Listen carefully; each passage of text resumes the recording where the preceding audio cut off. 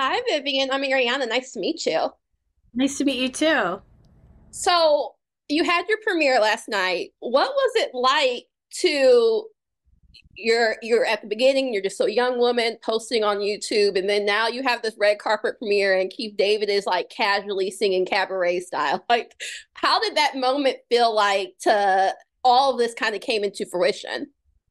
It was not real. It was so cool. It was the definite best night of my life up to this point. It was incredible. And I really, yeah, like it going from like, yeah, like being basically in the cave of my room, like on, especially since a lot of the production was over the pandemic and the production studio was in Australia. So like it was so much just on the computer at night, like, working really hard. And then, having these amazing people, but they're all over Zoom and like we recorded 2 years ago. So it's so, so it was so incredibly fulfilling to have so much of the cast just come out to this and celebrate it. So like to see how many of the cast like Keith David, which was unreal to me, coming out there and wanting to be a part of it and being excited about it. I was like, I had no idea, because you don't always know like who in the cast is like, yeah, that was fun, and then they're they'll come back next time, but this, to see the passion from the cast was unreal.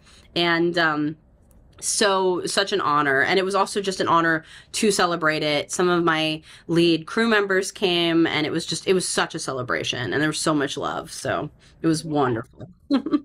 Were you nervous in approaching this as a television show that was going to live on the network compared to you making the pilot? Because you have it's such a strong fan base with the pilot. Were you worried because it's been almost 5 years of any feedback on the changes? Like, how was the approach to the series for you?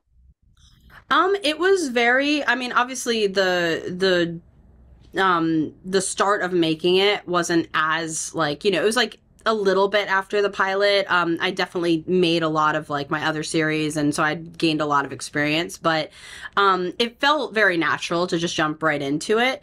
But yeah, I think there's a lot of kind of after the fact, like more, especially now as we're getting closer, there's a lot of like anticipation of oh yes, it's been a very long wait for this audience, and I'm so like anxious kind of to see what the consensus is in the audience. But at the same time, I feel like it's been so long that it also allows for an authentic new audience to grow as well. So obviously I know that the current audience that's been dying for the show for so long is really sorry about that is really excited, and like I think they're really gonna like it. I personally feel like there was so much stuff we put in jokes, and we put in little Easter eggs specifically for the diehard fans, so I feel like there's gonna be a lot of that, but I also feel like it's perfect for someone to just step into.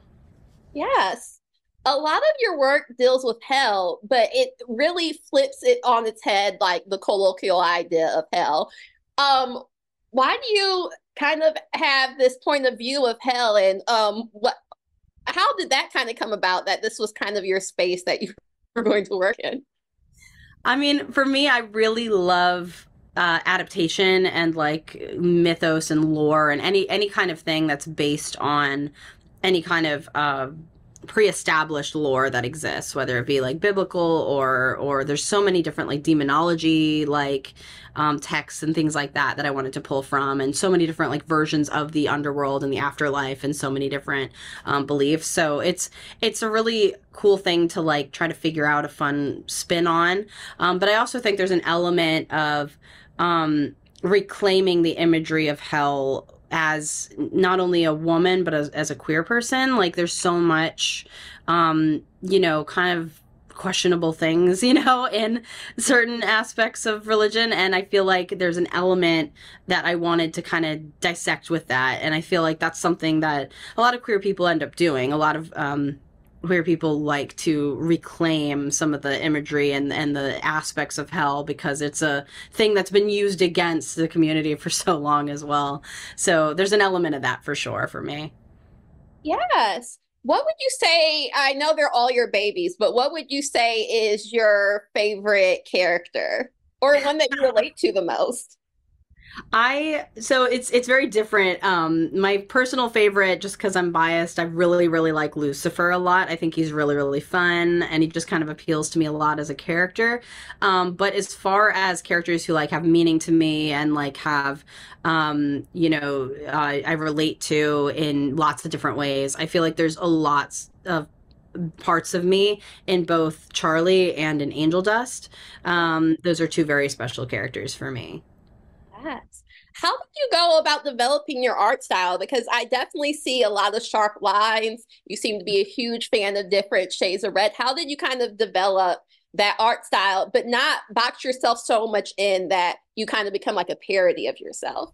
hmm I was very influenced by like a lot of sharp styles in my like youth. I grew up with Invader Zim was one of my favorite shows ever. It's super sharp. Tim Burton is incredibly spindly and sharp in his style, and he was a big influence on me as well. And then just like I do like it's another sharp style, but it's got a little bit of like sexy roundness to it. Is Bruce Timm style, which was like the Batman animated series, and then a little bit of obviously Disney was a big influence, especially their musicals and Looney Tunes for the humor. So I feel like all of that kind of together was kind of what created the style that then I developed, just by drawing and getting stronger as an artist. And that's what turned into what I have now. Yeah, and it's crazy to think that your style is now influencing other people, and they'll talk about that as well. Yeah. Thank you so much for taking the time to talk to me. Congrats on this, and I can't wait to talk to you more about this in future projects. Thank you so much. I appreciate it. Oh, no problem. You have a good one.